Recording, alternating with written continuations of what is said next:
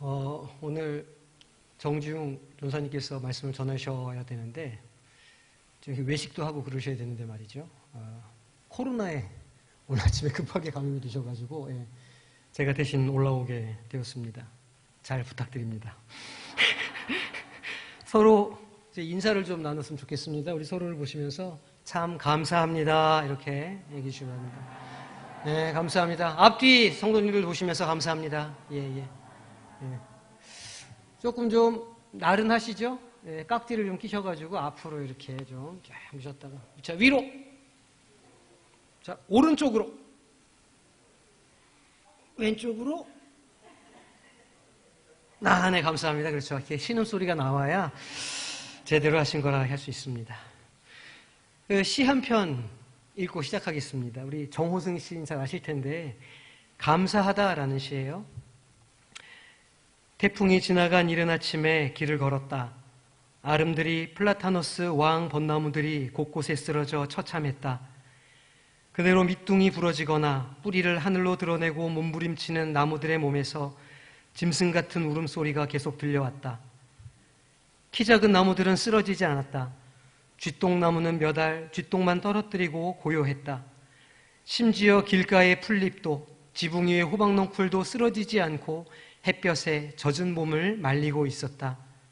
내가 굳이 풀잎같이 작은 인간으로 만들어진 까닭을 그제서야 알고 감사하며 길을 걸었다. 우리 다시 한번 서로에게 감사합니다 인사 한 번만 더 해보시겠습니다. 감사합니다. 네, 이곳에 오셔서 감사합니다. 이곳에 존재해 주셔서 감사합니다. 네, 감사합니다. 우리 대부분의 사람들은 감사를 잊은 채 많이 살아갑니다. 감사를 잊을 뿐만 아니라 사실 그 감사의 자리를 불평으로 이렇게 채우면서 살아가고 있죠. 점점 더 각박한 세상을 그렇게 살게 됩니다. 주님께서는 내 이웃을 내 몸과 같이 사랑하라 이렇게 말씀하셨는데 이것은 이웃과 옆에 있는 사람들과 좋은 관계를 이렇게 맺으면서 살아가라 그런 말씀입니다. 하지만 언젠가부터 우리의 삶은 우리의 이웃들과 그렇게 좋은 관계를 맺고 살아가는 것 같지 않습니다. 종종 들려오는 소식을 보면 그 아파트 바로 옆동에 혹은 앞집에 누군가가 그렇게 오랜 시간 그 죽음을 당하고 있어도 그것을 알아채지 못하는 그런 시대를 우리가 살아가고 있기 때문입니다. 서로 단절된 채 서로에게 의지하는 법을 잃어버리고 외로움과 고독 속에서 살아가고 있다는 그런 말입니다. 그렇게 감사를 다 잊어버리고 생존하기 위해서 누군가보다 더 나아야 되니까 경계의 눈으로 서로를 이렇게 살피다가 가끔씩 나를 둘러싼 모든 것이 감사하게 느껴지는 날이 딱 있습니다. 기념일이 그런 날들입니다. 생일 축하 날 같은 날이죠. 축하하기 위해서 식탁에 모여서 케이크에 촛불을 붙이면 아주 참 여러 가지로 감사한 생각이 드는 겁니다. 아이들을 키우면서 기뻤던 순간, 슬펐던 순간들이 다 그 기억 속에 존재하죠. 하지만 그 시간에 축하하기 위해서 모여드는 우리 식구들을 보면 어느새 다 자라버린 우리의 자녀들이 그 자리에 앉아 있는 겁니다. 그런 순간이 되면 문득 감사함이 떠오르게 되는 것이죠.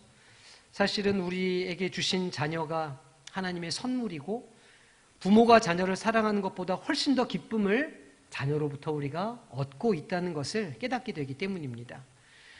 그저 내 앞에 누군가가 있다는 사실이, 내 옆에 누군가가 지금 앉아 있다는 것이 얼마나 축복인지를 새삼 깨닫게 되는 것이죠. 오늘이 무슨 날입니까? 종교개혁 기념주일입니다. 또 무슨 날인지 아십니까? 10월 30일은 제가 결혼한 지 올해가 23년째 되는 결혼 기념주일이기도 합니다. 예, 집에 가면 이제 결혼 기념주일 예식을 아마 거행을 하게 되겠죠. 이 자리를 빌어서 곁에 있어서 너무 고맙다 이렇게 제가 말을 전합니다. 저만 그렇겠습니까? 우리가 비록 오늘은 기역자 교회지만 또 집에 가면 다 한 식탁에 다 앉아 계실 텐데 오늘 식탁에 가시면 여기 있어줘서 고맙다. 나를 버리지 않아서 고맙다 이렇게 꼭 인사를 하시기를 부탁드립니다. 그 헨리 나우엔이라고 하는 작가가 있는데 Here and Now, 여기 지금이라는 책을 이분이 쓰셨어요. 근데 이 책에서 우리의 매일매일 하나님 앞으로 고백하는 감사는 생일과 같아야 한다. 이렇게 그 책에서 말씀을 하시는 겁니다. 생일이 되면 우리는 우리의 자녀를, 우리의 남편을, 또 누군가를 축하하면서 당신이 아름다워서 축하해요. 당신이 공부를 잘해서 축하해요. 당신이 승진해서 축하해요. 이렇게 축하하지 않는다는 겁니다. 생일에 우리가 하는 축복은 당신이 여기 우리와 함께 있어줘서 고마워요. 하나님이 당신을 이곳에 보내주셔서 참 하나님께 감사드려요. 라고 그 존재를 감사한다는 것이죠. 존재만으로 감사에 충분한 이유가 된다고 이야기합니다. 정말 그럴까요? 무엇이 우리를 여기에 있다는 사실만으로 그런 감사의 고백을 하게 할까요? 아마 누군가에게 감사의 표시를 해본 적이 아마 많으실 겁니다. 아니면 감사의 표시를 받아보신 적도 많으시겠죠. 우리 문화는 이게 아마 유대교적인 그런 전통이 있어서 그런지는 몰라도 이 감사를 일종의 인사처럼 그렇게 이해하는 경향이 많이 있습니다. 일종의 사례 같은 것이죠. 누군가가 나에게 선의를 베풀면 당연히 나는 그 사람에게 감사해야 된다. 이제 이렇게 생각을 하는 겁니다. 또 내가 누군가에게 선의를 베풀면 나는 당연히 그 사람에게 감사를 받아야 한다. 이렇게 이제 여기는 겁니다. 우리 자녀에게 그렇게 가르치죠. 어른들이 무엇을 주시면 고맙습니다. 인사해야지. 이렇게 하고 또 친구들 사이에도 선물을 받거나 이렇게 하면 고마워라고 말해야 된다. 이렇게 이제 우리가 가르치는 겁니다. 그런데 여기에서 고맙습니다, 감사합니다 라고 하는 이 표현은 당신이 나에게 해준 것을 내가 잘 받았습니다 라고 하는 표시에 불과한 겁니다. 주고받는 규칙으로 어쩌면 전락해 버리는 말일 수도 있다는 것이죠. 어린 아이들만의 이야기는 아닙니다. 우리가 다 큰 성인이 된 후에도 우리는 감사를 받은 것에 대한 사례 또는 보답으로 그렇게 이해를 하기 때문입니다. 그래서 이런 규칙이 만약 잘 지켜지지 않으면 우리 마음에는 당장 어떤 마음이 들까요? 섭섭한 마음이 드는 겁니다. 아니면 무시당하고 있나? 이런 생각을 하실 수도 있습니다. 아니 내가 이런 것들을 이렇게 해줬는데 어떻게 나한테 고맙다고 인사를 안 하지? 내가 이렇게 했는데 왜 나를 무시하나? 이런 생각을 하게 된다는 겁니다. 감사는 영어로 뭐라고 할까요? thanks라고 하죠. 혹시 스페인어로도 아십니까? 감사하다. 그라시아스 이렇게 이제 말합니다. 이 그라시아스가 사실은 그 의미를 더 잘 드러내주는 단어인데요. 이 라틴어 그라치아에서 온 단어죠. 그라치아, 은혜라고 하는 단어입니다. 그러니까 감사는 거래 조건, 주고받는 기브 앤 테이크의 어떤 그런 상황에서 나와야 하는 것이 아니라 우리가 받은 은혜에 대한 고백이라 이렇게 말할 수 있는 겁니다. 감사는 나에게 베풀어진 조건 없는 호의에 대한 반응이라는 것이죠. 나에게 어떤 자격이 있어서 받는 것도 아니고 나의 어떤 성취가 있어서 받는 것도 아닙니다. 순전히 그것을 주는 사람의 자비함에 달려 있는 것이라는 것이죠. 그러니까 진정한 감사는 거래가 아닌 겁니다. 감사는 거래의 조건이 될 수 없죠. 감사는 은혜에 대한 반응이어야 하고 내가 어떤 존재인가에 대한 고백이기도 한 겁니다. 그런 면에서 우리는 감사하는 삶을 살고 있는가 한번 돌이켜 보아야 합니다. 우리의 감사는 진정한 고백으로서의 감사인가? 아니면 거래인가 말이죠. 오늘 마리아가 주님의 발에 향유를 부은 사건을 통해서 우리가 이 감사의 의미를 다시 한번 되짚어보고 고백적인 감사의 삶에 대해서 묵상하고 그런 결단해보는 시간이 되시기를 소망합니다. 오늘 본문에서 예수님은 베다니에 가셨습니다. 베다니는 마리아 남매 또 나사로가 있는 그런 곳이죠. 또 불과 얼마 전에 예수님께서 죽은 나사로를 살리셨던 곳이기 때문에 주님께서 다시 그곳을 방문하시자마자 잔치가 벌어졌습니다. 마르다는 손님을 치르기 바빴고 다시 살아난 나사로는 예수님과 함께 자리에 앉아 있었습니다. 그곳에 모여있던 많은 사람들은 자기들이 경험했던 그 신기한 일에 대해서 아마 서로 이야기를 나누고 있었을 겁니다. 야, 나사로가 죽어서 3일이나 지나서 그 썩은 냄새가 났는데, 그래서 예수란 분이 오셔가지고 나오라 그랬더니 살아나오대. 정말 놀라운 일이야. 이런 이야기들을 그 자리에서 막 하고 있었을 겁니다. 그런데 그들은 그 일이 아주 신기한 일이고 놀라운 일이라고 말하기만 했지, 그 사건이 자신들의 삶과 어떤 관계가 있는지는 잘 깨닫지 못하고 있었습니다.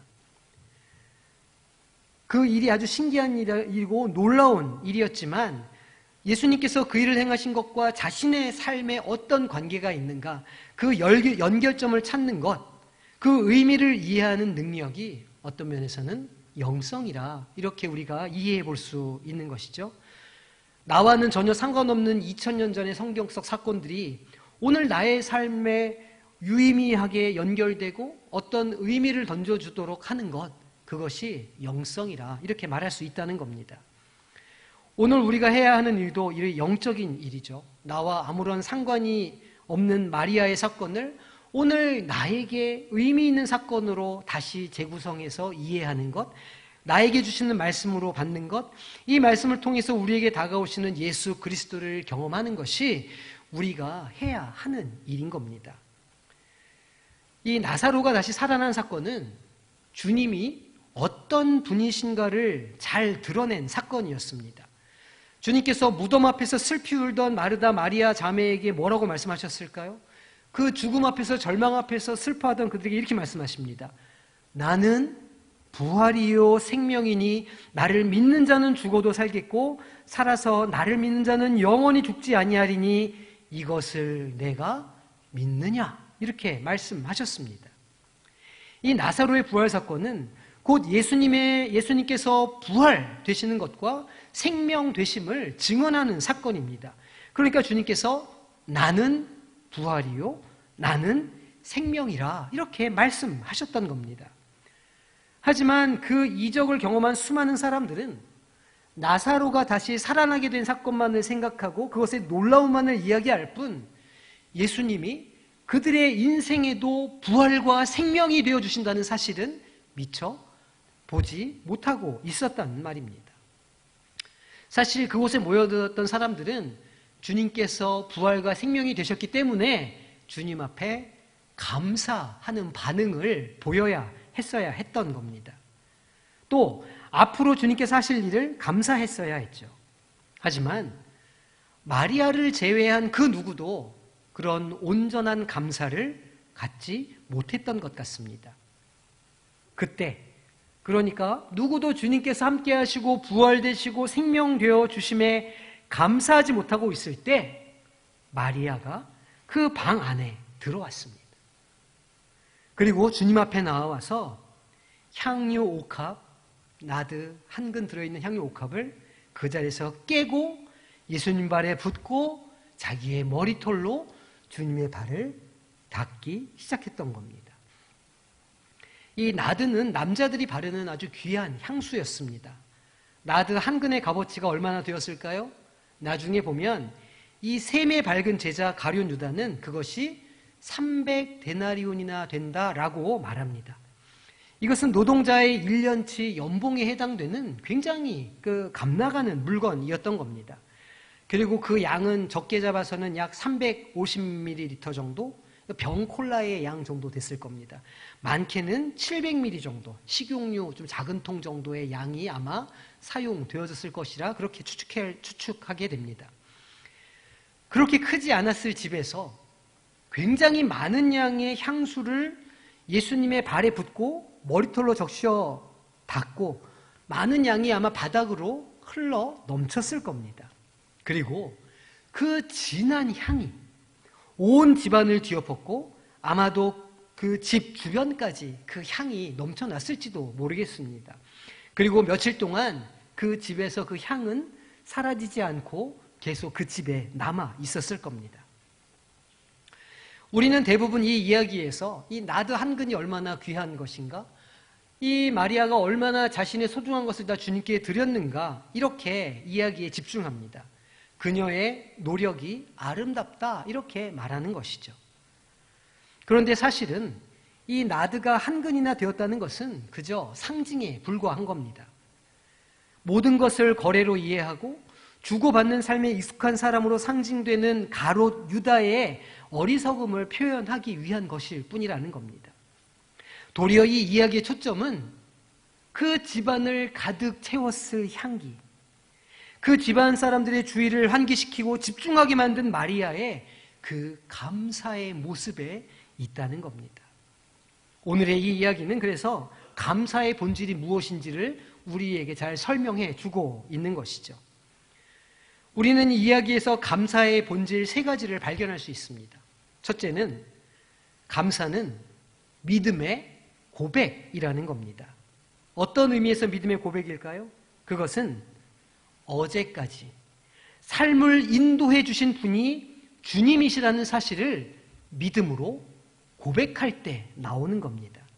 지나온 시간들을 돌아볼 때 하나님의 은혜가 아니었으면 지나올 수 없는 시간이었다는 것을 인정하는 겁니다.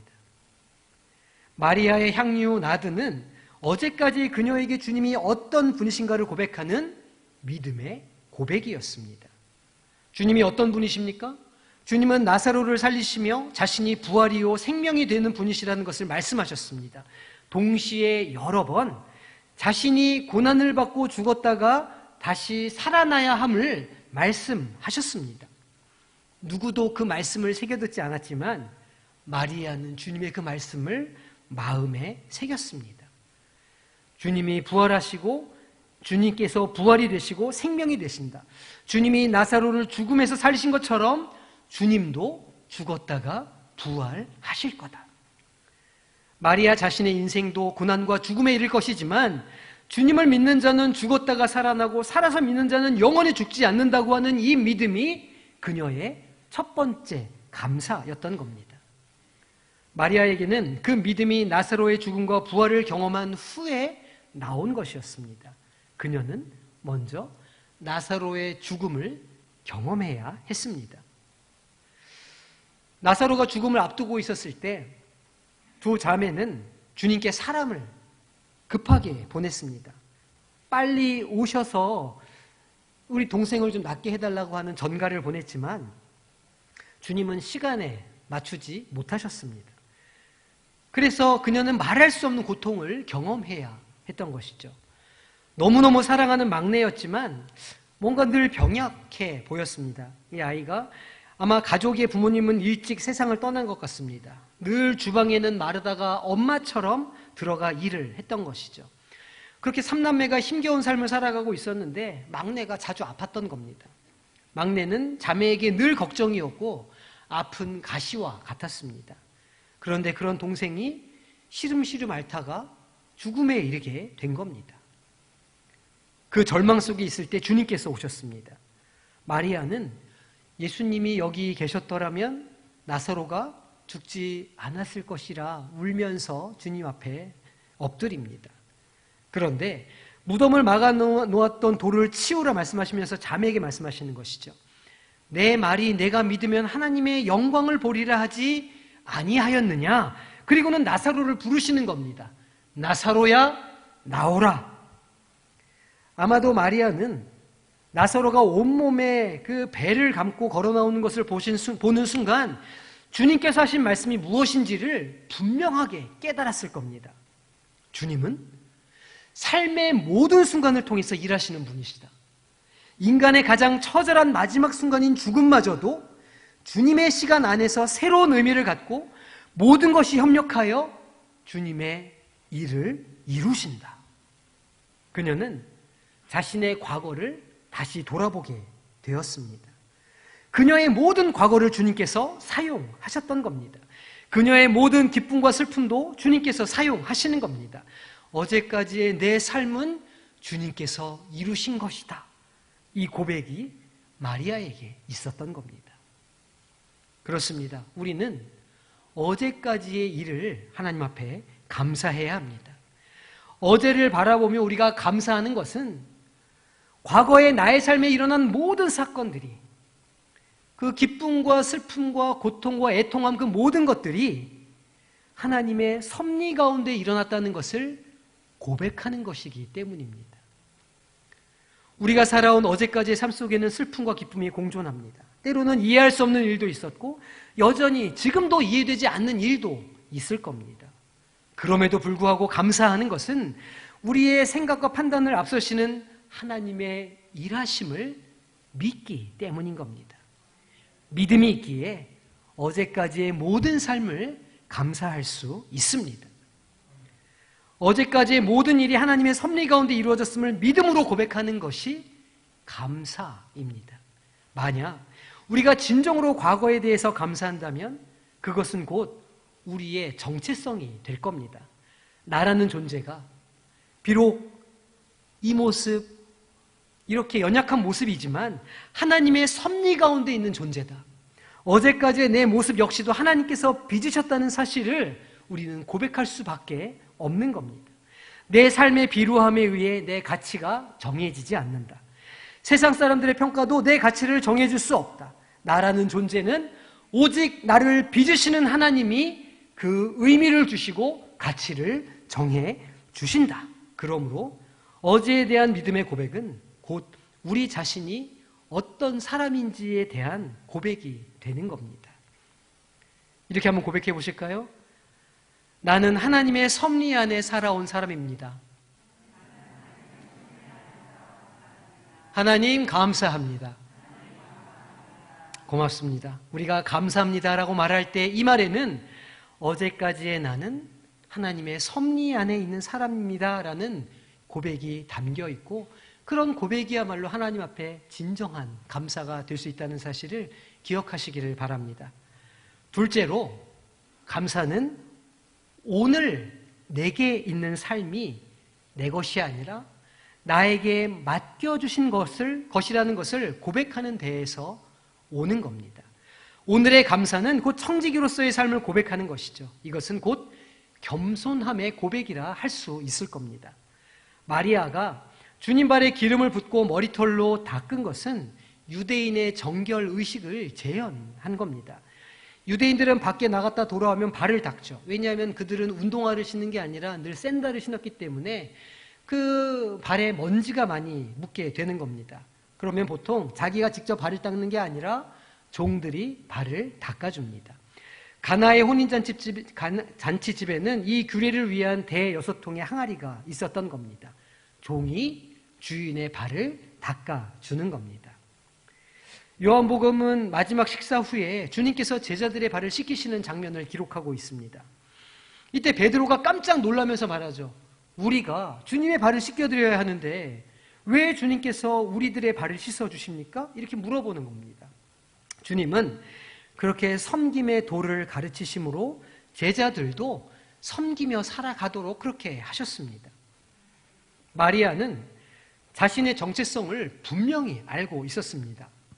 자신의 과거를 돌아보며 감사했을 때 자신이 주님의 손에 붙들리고 은혜를 입은 종이라는 사실을 분명하게 깨달았던 겁니다. 그녀는 자신이 할 수 있는 최선의 것을 주님께 드립니다. 아마도 자신의 전 재산이라고 할 수 있는 것을 주님의 발에 붓습니다. 그리고 그 발을 차마 손으로 닦지 못하고 자신의 머리털로 닦는 겁니다. 이 행위는 곧 자신의 모든 것이 주님께로부터 온 것임을 고백하는 것이죠.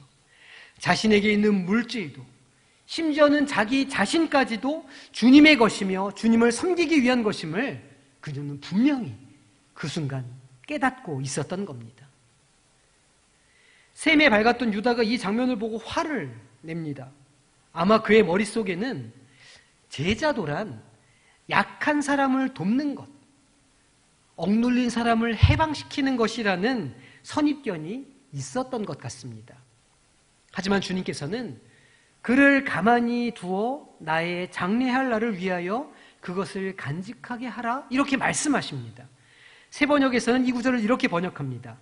그대로 두어라. 그는 나의 장사날에 쓰려고 간직한 것을 쓴 것이다. 여기에 섬김의 도, 청지기로서의 삶에 중요한 정신이 있습니다. 청지기의 삶은 구제의 삶이 아닙니다. 청지기의 삶은 선행을 베푸는 것도 아니죠. 청지기로 사는 인생의 모습은 주님의 길을 예비하는 삶의 모습입니다. 주님께서 당하실 일, 주님께서 하실 일, 주님께서 하신 일을 준비하고 대비하고 그 삶을 똑같이 살아내는 것이 청지기의 삶이라는 겁니다. 우리는 가끔 청지기로서의 삶, 그리스도인의 삶의 모습에 집중할 때가 있습니다. 이러이러한 것이 그리스도인의 모습이라 말하는 것이죠. 그리스도인은 자비로워야 하고 공정해야 한다고 말합니다. 교회는 구제사업을 열심히 해야 하고 약자를 돌봐야 한다고 말합니다. 하지만 자비롭고 공정하다고 해서 그리스도인은 아닙니다. 구제사업을 하고 약자를 돌본다고 교회가 되는 것도 아닙니다. 우리가 그런 모습을 보이게 되는 이유는 주님께서 그런 삶을 살아가셨기 때문이며 주님께서 말씀하시는 사랑이 그런 옷을 입게 되기 때문입니다. 때로 우리는 이 우선순위와 본질을 잃어버린 채 너무 일에만 집중하다가 에너지를 잃게 되고 공허함에 시달리게 되는 것이죠. 열심히 봉사도 하고 구제사업도 하고 헌금도 하고 섬기는 일도 하는데 정작 우리의 영혼에는 기쁨이 사라지는 겁니다. 점점 그것들이 일이 되고 짐이 되는 것이죠. 어느 순간 번아웃되고 우리는 쓰러지게 됩니다. 무엇이 문제인가요? 우선순위가 바뀌어 있기 때문입니다. 봉사를 하기 이전에, 구제사업을 하기 이전에 우리는 먼저 주님의 마음을 알아야 하는 겁니다. 그게 먼저죠. 주님이 바라보는 것을 함께 바라보는 것. 주님이 기뻐하시는 일을 나도 기뻐하는 것. 주님이 눈물 흘리는 곳에 나도 눈물 흘리는 것이 먼저라는 겁니다. 우리가 주님의 마음을 먼저 공감하고 그리고 나서 주님의 일을 감당할 때에 우리 인생에도 기쁨과 감사가 넘치게 되는 것이죠. 감사가 찾아온다는 말입니다. 내 인생이 아니라 주님이 주신 인생을, 내 생각을 따르는 것이 아니라 주님의 뜻을 따라 살게 될 때 비로소 참 기쁨과 즐거움이 넘치게 된다는 겁니다. 감사하게 되는 것이죠. 내 삶이 주님께로부터 주어진 선물이라는 것, 이것을 선용하고 주님이 기뻐하시는 일에 사용해야 한다는 청지기적 사명을 감당하는 마음을 비로소 얻게 되는 겁니다. 한번 따라해 보시겠습니까? 감사합니다. 나는 지금 청지기입니다. 감사합니다. 그렇기에 지금 우리가 감사합니다라고 말할 때 여기에는 내가 청지기로 살겠다고 하는 겸손의 고백이 담겨 있어야 하는 겁니다. 세 번째로 우리의 감사는 앞으로의 우리의 삶, 내일 새롭게 다가오는 삶에 대해서 하나님의 계획을 따르기로 순종하고 다짐하는 것이 되어야 하는 겁니다. 즉, 감사는 내일에 대한 순종의 고백이라는 겁니다. 마리아가 예수님의 발에 부은 향유 한 나드는 사실 예수님의 장례를 준비하기 위한 것이었습니다. 제자들 중 그 누구도 예수님의 장례가 가까이 왔다고 생각한 사람은 없었습니다. 그 자리에 있었던 많은 사람들 가운데에서도 주님의 장례를 준비하고자 했던 사람은 마리아가 유일했습니다. 왜 그랬을까요? 예수님은 제자들에게 3번에 걸쳐서 고난받으시고 죽으실 것을 미리 말씀하셨습니다. 그러나 그 말씀을 듣는 제자들은 그 의미를 깨닫지도 못했고 무슨 말인지 이해하지도 못했습니다. 제자들은 주님을 따르겠다는 열의로 가득 차 있었습니다. 하지만 그 방향은 주님이 원하시는 방향은 아니었던 것 같습니다. 주님께서 죽으시겠다 하시는 말에 베드로는 그럴 수 없습니다. 이렇게 항변합니다. 유다는 실망해서 스승을 팔아 넘깁니다. 주님께서 잡히시던 날 밤에 제자들은 모두 뿔뿔이 다 흩어지게 되는 겁니다. 도대체 제자들이 따르고 믿었던 대상은 누구였을까요? 도대체 이들은 무엇을 추구하며 살았던 것일까요? 수제자였던 베드로마저도 주님을 3번 부인하고 맙니다. 가장 똑똑했던 제자인 머리가 제일 잘 돌아갔던 유다는 실망해서 주님을 배신합니다. 무엇이 문제였을까요? 그들은 주님의 말씀에 순종하는 게 아니었습니다. 그들은 자신들의 머릿속에 자신들이 꿈꾸는 지도자에게 순종했던 겁니다. 다른 말로 그들은 주님이 아닌 자신들의 꿈을 좇는 사람들에 불과했던 겁니다. 그리고 자신들의 생각에 주님이 미치지 못하니까, 다른 말로 자기들의 생각과 주님의 생각이 다르니까 주님을 배신하고 떠나고 거짓말했던 겁니다. 오직 마리아만 예수님께서 말씀대로 죽으셨다가 다시 살아날 것을 믿었습니다. 그리고 그 말씀에 순종하여서 장례를 준비하는 마음으로 나드 향유를 준비했던 겁니다. 이 순종이 너무 귀했기 때문에 주님께서는 그녀의 이름이 기억되어야 한다 말씀하셨습니다. 마태복음 26장 13절을 보니까 이렇게 말씀하시는 것이죠. 내가 진실로 너에게 이르노니 온 천하에 어디서든지 이 복음이 전파되는 곳에서는 이 여자가 행한 일도 말하여 그를 기억하리라 하시니라. 아멘. 사실 제자들의 모습은 우리의 모습과 별반 다르지 않습니다. 많은 사람들이 신앙생활을 하고 믿음을 갖는다고 말하지만 정작 원하지 않는 고통을 당할 때 우리의 신앙의 민낯을 보게 되는 것이죠. 그런 순간이 우리가 신앙생활을 하는 진짜 이유가 드러나는 순간인 겁니다. 내가 원하는 것과 주님께서 원하시는 것에 차이가 있을 때 우리는 어떤 선택을 할 수 있겠습니까? 내가 원하는 것과 주님께서 원하시는 것이 차이가 있을 때, 내가 가지고 있는 소망과 주님께서 요구하시는 비전에 차이가 있을 때 우리는 어떤 선택을 할 수 있습니까? 이 차이는 육신의 정욕의 안목, 육신의 정욕과 안목의 정욕과 이생의 자랑에서 오는 차이라고 할 수 있습니다. 요한일서 2장 16절을 새번역 말씀으로 보니까 이렇게 기록하고 있습니다. 세상에 있는 모든 것, 곧 육체의 욕망과 눈의 욕망과 세상 살림에 대한 자랑은 모두 하늘 아버지에게서 온 것이 아니라 세상에서 온 것이기 때문입니다. 앞으로 만나게 될 거의 모든 우리 선택의 갈림길에서 우리는 하나님의 뜻과는 다른 세상에서 온 것을 좇을 가능성이 높습니다. 왜냐하면 그것은 인간의 본성이기 때문이고, 본성을 제어하지 않는다면 우리는 늘 그렇게 하나님으로부터 멀어지는 선택을 하게 되기 때문입니다. 그러므로 내일을 향한 우리의 감사의 고백은 곧 하나님의 말씀에 대한 순종에 대한 고백이 되는 겁니다.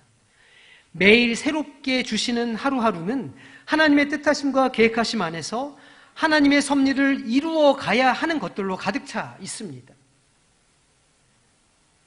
우리가 의지적으로 선택하지 않는다면, 우리가 믿음의 선택을 하지 않는다면 우리의 인생은 본성을 따라 분명히 흘러가게 될 것입니다. 하나님께서는 그 사랑하는 자들의 삶을 통해서 일하시기를 원하시고 하나님 나라를 세워 가시기를 원하시는 것이죠.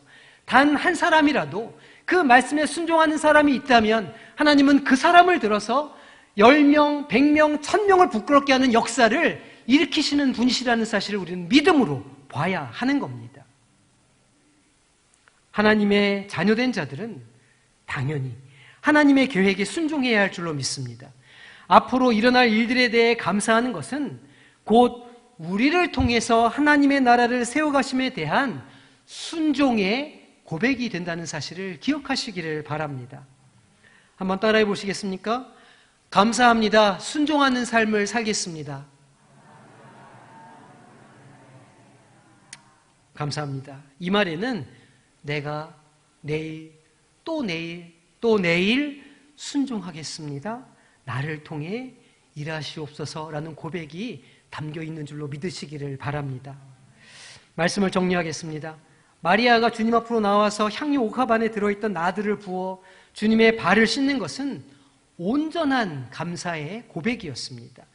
자신의 살아온 삶의 모든 순간들이 다 버물러져서 주님의 선하신 뜻을 이루어졌음을 믿음으로 고백하는 감사였고, 그 믿음을 통해서 자신이 누구인지 어떤 사람인지를 고백하고 자신이 주님의 종됨을, 자신이 청지기임을 고백하는 것이 그녀의 감사였습니다. 마지막으로 그녀는 주님의 장례를 준비하는 순종의 자세를 보였습니다. 자신의 욕망을 따르는 것이 아니라 주님의 뜻에 자신을 쳐서 복종하겠다고 하는 삶의 목표를 정했던 겁니다. 우리는 세 가지 감사의 본질을 찾게 되죠. 어제까지의 삶을 통해서 나는 누구인가? 주님께서 나를 빚어 오셨다고 하는 이 믿음의 고백이 감사여야 합니다. 오늘 어떻게 살 것인가? 청지기의 삶을 통해서 주님의 종이 되어 살겠다고 하는 오늘의 겸손의 고백이 감사인 겁니다. 우리의 삶의 목표는 무엇입니까? 내일 내 삶을 주님께 복종시켜 주님의 뜻을 이루겠다고 하는 순종의 고백이 감사인 겁니다. 믿음의 고백이요, 겸손의 고백이요, 순종의 고백이 진정한 감사의 내용이라는 것이죠. 그녀가 이런 감사를 주님 앞에 드렸을 때 그 향기가 온 집안에 다 퍼져 나갔습니다. 그 향기는 그 안에 있던 모든 사람들의 주의를 사로잡았죠. 주님 곁에 있던 나사로를 각성시켰고 유다를 비롯한 제자들을 각성시켰으며 부엌에서 일하고 있던 마르다까지도 그 향내를 맡았을 겁니다. 어쩌면 그 집 문 앞에 있는 사람들, 그 근처에 있던 사람들까지도 그 향내를 경험했을지도 모릅니다. 공허함과 허무로 가득 차 있는 무의미한 공간에 사랑이 식어 차갑게 비어버린 누군가의 마음에 한 사람의 감사와 결단으로 인한 향기가 흘러 넘치게 되었다는 겁니다. 맞습니다. 그리스도의 삶은 정말 그러해야 합니다. 누군가 부정하려고 하고 누군가 믿지 않으려고 해도 누군가 거부하려고 한다고 할지라도 그리스도의 삶은 향기가 되어 퍼져 나아가야 하는 겁니다. 고린도후서 2장 15절과 16절 말씀에 이렇게 기록합니다. 우리는 구원받은 자들에게나 망하는 자들에게나 하나님 앞에서 그리스도의 향기니 이 사람에게는 사망으로부터 사망에 이르는 냄새요 저 사람에게는 생명으로부터 생명에 이르는 냄새라 누가 이 일을 감당하리요. 오늘 주님께 감사합니다, 또 서로에게 감사합니다라고 고백하실 때에 그저 나에게 베풀어 주신 좋은 것들 때문에 감사하는 것이 아니라 고백적 감사를 통해서 마리아처럼 어제와 오늘과 내일의 삶이 온전히 주님께 드려지는 삶이 되시기를, 그렇게 주님 앞에 결단하며 감사하시기를 부탁드립니다. 어제를 감사합니다, 오늘을 감사합니다, 내일을 감사합니다. 우리가 이 땅에서 누구인지, 어떤 삶을 살아야 하는지, 또 무엇을 바라보며 살아야 하는지를 다시 한번 되새기고 그리스도의 향기가 되어 매일매일을 진정한 감사의 향기로 가득 채우는 그 향기를 온 사방에 퍼뜨리는 우리 성도님들이 되시기를 주님의 이름으로 축원합니다. 기도하겠습니다. 하나님 아버지 감사합니다. 오늘 우리를 불러주시고 예배들을 통하여서 하나님을 만나게 하여 주시며 또 결단하게 하여 주시니 감사를 드립니다. 오늘 우리가 듣고 배운 말씀 우리 신비에 새겨서 이것이 우리의 능력이 되게 하여 주시고 믿음의 결단으로 이어지게 하여 주시며 우리의 삶의 향기가 되어 우리 모든 사람들에게 향기를 날리는 복된 믿음의 성도님들 될 수 있도록 역사하여 주시옵소서.